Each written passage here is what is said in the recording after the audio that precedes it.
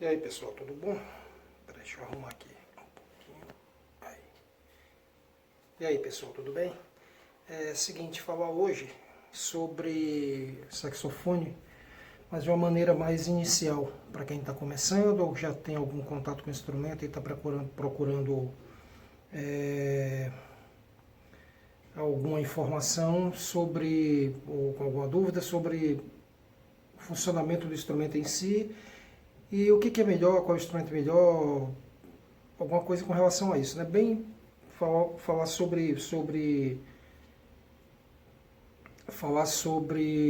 coisas básicas, né? Que às vezes a gente fica com alguns grilos, algumas dúvidas, tá?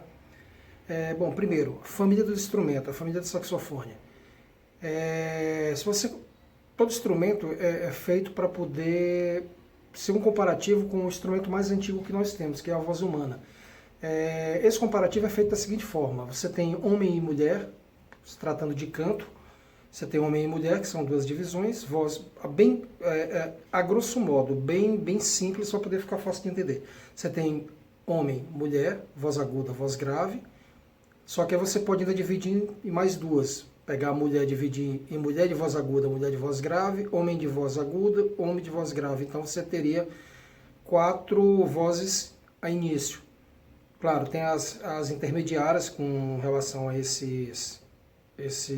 distribuição, mas a princípio é isso aqui que você tem que entender. Homem, voz grave, homem, voz aguda, mulher, voz grave, mulher, voz aguda.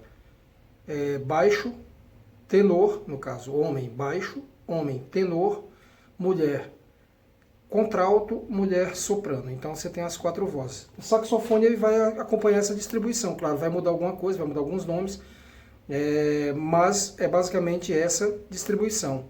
Nos saxos mais comuns você vai encontrar os 4 saxofones classificados na mesma distribuição de vozes: tenor, alto, soprano e o barítono. Não está distribuído, não coloquei aqui na ordem, então seria barítono, a distribuição correta das vozes, barítono, tenor, é um pouco mais agudo que o barítono, contralto alto, sax alto, mais agudo que o tenor, e soprano, que é mais agudo que o sax alto. Mesma distribuição das vozes. Tá? Esses são os mais comuns. Tem outros instrumentos, sax baixo, sopranino, mas são mais difíceis de achar e fogem um pouco do comercial, né? Do que é mais comum para quem está aprendendo, para quem está estudando. Tá? Bom, o instrumento ele se divide em 3 partes, isso para todos, né? Com exceção do soprano, que ele pode ser peça única, pode ser um corpo único no caso. Aí você dividiria só em 2. Então você tem a boquilha do instrumento, tá? Onde vai a palheta aqui embaixo, né? A parte inferior da boquilha. A abraçadeira, que vai prender a palheta, tá? E a própria palheta, né? As palhetas elas são confeccionadas em bambu, no caso Canadá e Índia, ou algumas sintéticas em plástico, e algumas que imitam também imitam esse material aqui, que o bambu, na realidade, se você começar a rasgar ele aqui, você vai soltar todas as fibras dele, né? Vai sair um monte de fibra. E tem algumas palhetas sintéticas que imitam essa disposição dessas fibras. Eles amarram várias fibras na mesma ordem e depois fazem um corte da palheta simulando o bambu, como é o caso da Fibracel, que imita o bambu. Tá? Então assim, você tem palheta de madeira, palheta sintética e a sintética que imitam o bambu. Tá? Com relação às palhetas ainda, você tem baixa, dependendo da dureza, do grau de peso, da força que você vai fazer para soprar e emitir som, você tem uma numeração. Então assim, a grosso modo, novamente, simplificando, uma boquilha aberta, você vai usar uma palheta mole para poder fazer a compensação no espaço que fica entre a ponta da palheta e a ponta da boquilha. Deixa eu ver se dá para a câmera pegar aqui. Aqui, ó. Não vai dar aqui para poder pegar. Aí, ó. Acho que dá para ver. Ali, até a moldura do espelho está como referência ali na abertura. Bom, mas enfim, quanto mais aberto ficar, quanto mais distante ficar, aqui ó, quanto mais distante ficar, mais mole é aconselhável usar a palheta para poder ela ter facilidade de vibração. E quanto mais justo ficar a abertura, mais duro para poder você conseguir exercer uma pressão na hora de soprar. Tá? Esse é um dos pontos, né? Um dos primeiros pontos que se tem a observar. Então é comum você ser um iniciante, não conseguir tirar som, de repente não é nem o teu instrumento que é ruim.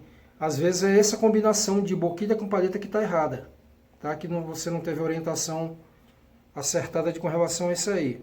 Bom, as abraçadeiras é outro ponto a se observar. Existem infinidades de abraçadeiras, né? Da mais simplesinha aí de 20 reais, 10, 15 reais, 20 reais, até as de 500, 600 reais. Cada uma promete uma coisa, uma diz que vai melhorar o som, vai melhorar o timbre. O importante é que a abraçadeira cumpra o principal papel dela, que é abraçar a palheta à boquilha e deixar firme. Não pode ter jogo, não pode ficar sambando a palheta aqui embaixo, não pode ficar dançando aqui. Imagina você está tocando e a palheta saindo do lugar. Então não pode. O principal papel da abraçadeira é prender a palheta na boquilha. Esse é o principal papel, né? Tá? Correia. Correia é o que vai te dar sustentação no instrumento. É legal você pegar... Eu gosto das acolchoadas, tá? Porque te evita peso no pescoço e te dá um certo conforto. Mas isso é bem pessoal. Tem as tradicionais que são feitas somente com material inteiriço, né? Que é o caso das correias da Yamaha. Eu não gosto delas, que eu acho que fere o pescoço, dependendo principalmente com o tenor. Você põe o tenor no pescoço, ele marca muito, fica pegando mesmo por causa do peso do instrumento. Então procura uma correia confortável e, novamente, é o mesmo princípio da abraçadeira. O importante da correia é te dar conforto na hora de tocar, te dar segurança, né? Que ela tem de prender o instrumento na forma que você se sinta seguro, para poder deixar suas mãos livres para poder executar o instrumento, e conforto aqui no pescoço, né? Essas correias mais tradicionais eu não gosto muito, que eu acho que machuca, tá? Mas aí é pessoal, tá? E a regulagem dela também, a exatidão com relação à altura da boquilha na hora de tocar, tá? Outra parte do saxofone, tudel, tá? Tudel é a curva que faz para tenor, barítono, tenor e alto, né? Eles têm o tudel. Tem alguns sopranos que tem tudel. Tem alguns sopranos que são tudéis duplos, né? Que ele vem um tudel reto, vem um tudel mais curvado, isso por soprano, que é um saxofone reto. E o próprio soprano curvo tem também um tudelzinho curvo lá para poder você, na hora de montar, encaixar lá, que é onde vira, que vai ir na direção da boca, tá? A peça que vira do instrumento vai ir na direção da boca. O sax soprano é um saxofone reto. Então, por que ele não tem tudel? Claro, tem uns que são tudéis fixo, ele é inteiriço. A única coisa que mexe nele seria a boquilha, que você tira fora é a boquilha. Mas é um instrumento que é inteiro. Ele é inteiro. Alguns, como eu já falei, tem 2 tudéis, eles fizeram uma adaptação para você usar ele reto, que ele vai trabalhar aqui, nessa posição, né? Você vai estar com o instrumento tocando nessa posição aqui, uma posição como se fosse de um trompete ou o trompete eu acredito que é ou um trombone mesmo, que é o instrumento aqui nessa posição, soprando fica aqui, só que aí dá muito peso no braço, né? Então você tensiona demais o braço com esse instrumento. Esse curvo é justamente para poder te facilitar a emissão, porque ele vai pegar e vai dobrar, tá? Mesmo no soprano reto. E tem o soprano curvo que simula, claro, o próprio saxofone, né? A própria família dos outros sax, né? O tenor, o alto e o barítono. Ele é curvo, formato curvado, tá? O saxofone em si, né? O próprio instrumento em si, tá? Certo? Isso aqui é um sax alto, né? No caso você nota que é um instrumento, tá? Você nota o instrumento, o tamanho. O tenor é um pouco maior que ele, mais ou menos aqui, vai ficar mais ou menos aqui, um pouco maior, e aqui também na campana, claro. O soprano menor que esse, ou no caso, É como se você imaginar, você desdobrar isso aqui, essa parte curva, que é a campana, você desdobrar ela e deixar reto. Você imagina o tamanho que fica. Se você chegasse num tenor, ia ficar bem grande mesmo, ia ficar bem alongado. E o soprano é feito, o saxofone tem essa curva, o alto, o tenor, o barítono, justamente para poder não deixar o instrumento ficar muito longo, né, muito grande, né? O trompete, ele tem justamente isso. Se você pegar um clarim, o clarim é um instrumento comprido, aqueles instrumentos medievais mais antigos, eles são um instrumento comprido, tá? E o trompete, a corneta, o que é que eles fizeram? Vamos falar primeiro de corneta, que eu acho que fica mais fácil para poder visualizar na mente. O que é que eles fizeram? Enrolaram esse clarim. Eles foram enrolando esse clarim. Um cano de PVC. Você vai soprar na ponta aqui, claro, vai sair o som lá fora, né? Vai sair, você vai fazer uma pressão aqui, vai emitir algum som, vai sair lá na ponta o som. Esse som vai repercutir lá na ponta. Se você enrolar esse cano na mesma medida e continuar fazendo a mesma coisa que você estava fazendo, da mesma pressão, não mudar, não modificar, vai sair o mesmo som, só que em vez de longe lá na ponta, vai sair mais próximo de você, tá? Não sei se eu me fiz entender, mas qualquer dúvida vocês me perguntam, a gente tenta tirar. Então é isso. A princípio é isso. O saxofone ele se compõe dessas partes aí, tá? Relação de custo-benefício, saxofone, preços. Então a gente também tem uma infinidade de instrumentos. Gente, assim, ó, saxofone, os preços deles variam de acordo com a qualidade de material. Isso com qualquer outra coisa na vida, né? De objeto. De acordo com a qualidade do material, o preço tende a ficar mais barato ou mais caro, tá? Mão de obra, controle de qualidade, tudo isso aí influencia no preço do instrumento. As marcas mais conceituadas, consequentemente também as mais caras. Selmer, Yamaha, Yanagisawa, Julius Kilvert. Aí tem Con, tem King, tem outras marcas americanas que é um pouco mais em conta, mas são tão boas quanto, né? Aí vai da sorte de você achar a venda isso aí, tá? Mas assim, isso não quer dizer que você não possa começar com um instrumento mais simples, um instrumento mais barato, tá bom? Tem os da Júpiter, tem os da Igor, que são instrumentos bons, são instrumentos que não são ruins, são instrumentos que são afinados. Não é a mesma coisa, não é a mesma qualidade, não é o mesmo preço. Então, mais para começar dá. E os outros chineses. Esse papo aí de saxofone custom, saxofone profissional, que a galera tem mania de postar aí na hora de vender, sax seminovo, profissional, modelo profissional, tudo é chinês, tá? Júpiter, Igor e qualquer outra marca, tudo é chinês. Então assim, são saxofones de até $400. Se a gente converter para a nossa moeda aí na atualidade, vai dar em torno de R$2.000, né? Vezes 5, que é o dólar da estava fazendo isso aí, vezes 5, vai dar em torno de R$2.000, mais os 60% de impostos que se tem no Brasil. Hoje no Brasil você tem, tudo que você vai importar, você paga 60% de imposto, né? Algumas coisas, claro, passam sem você pagar esse tributo, mas a regra seria você ter de pagar 60% de imposto.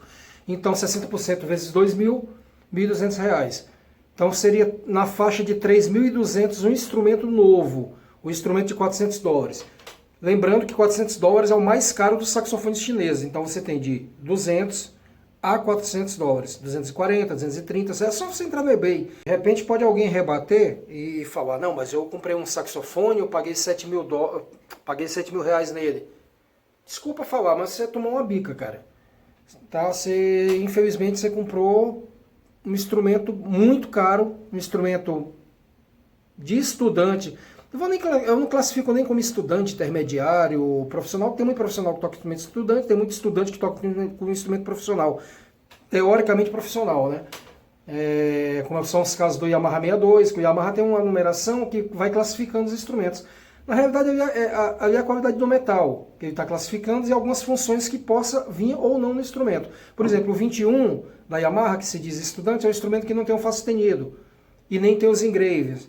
O 23 não tem também o Fá sustenido. Aí você pega o 33, já tem o Fá sustenido, não tem o engrave. Você pega o 51, é a mesma coisa do 33 com a diferença do metal, na construção, na fabricação do metal.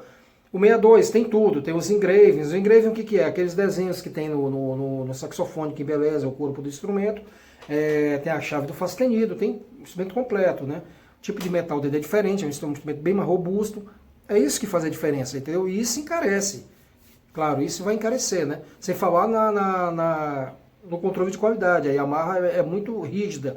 A Yamaha japonesa é muito rígida com relação aos instrumentos confeccionados lá no Japão. Tem um Yamaha que está sendo fabricado em Taiwan. É como se fosse uma segunda linha. Não é que é falso, mas é um instrumento que tem um custo mais baixo por ser materiais um pouco mais barato. Não vou nem falar inferior, mas um pouco mais barato. Mas é isso. Então assim, você tem instrumento de 200 a 400 dólares, você entra no eBay e vê lá o preço, você tem uma ideia de quanto que seria esse instrumento aqui no Brasil. Você calcula o preço dele, converte por real e multiplica multiplica não, acrescenta 60% ao valor que seria o imposto, a tributação nossa aqui, tá?